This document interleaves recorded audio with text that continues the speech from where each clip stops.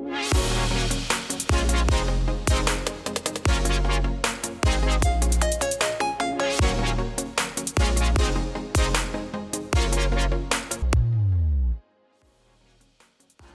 we're going to meet Iman, a famous food blogger from Barcelona.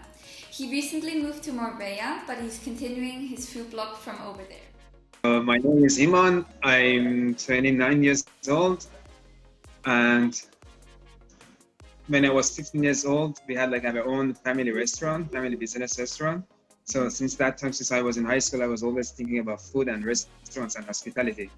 So, and then I found out there are a university you can study culinary arts or hotel management, and then I started to study the hospitality management for my degree in Malaysia, in a Swiss campus in Malaysia.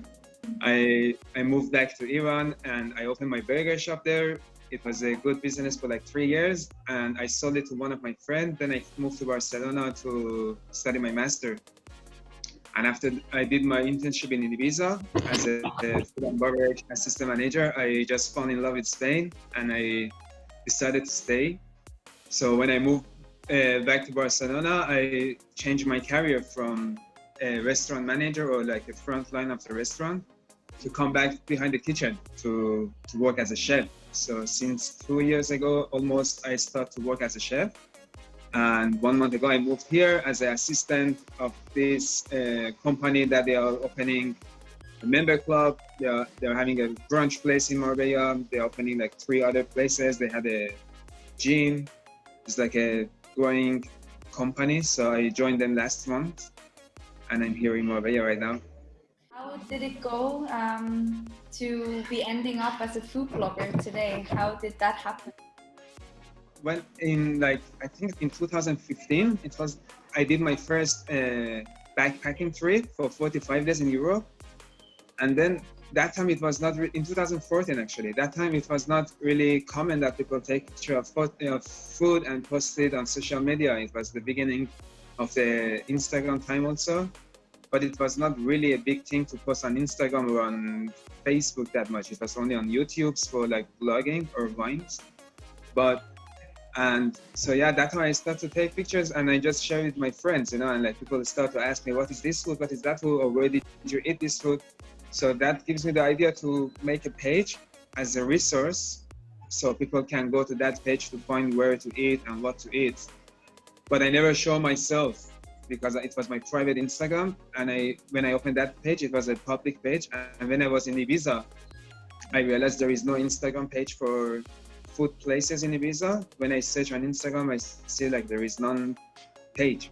So I opened the first one, then I put the name Ibiza Food Guide.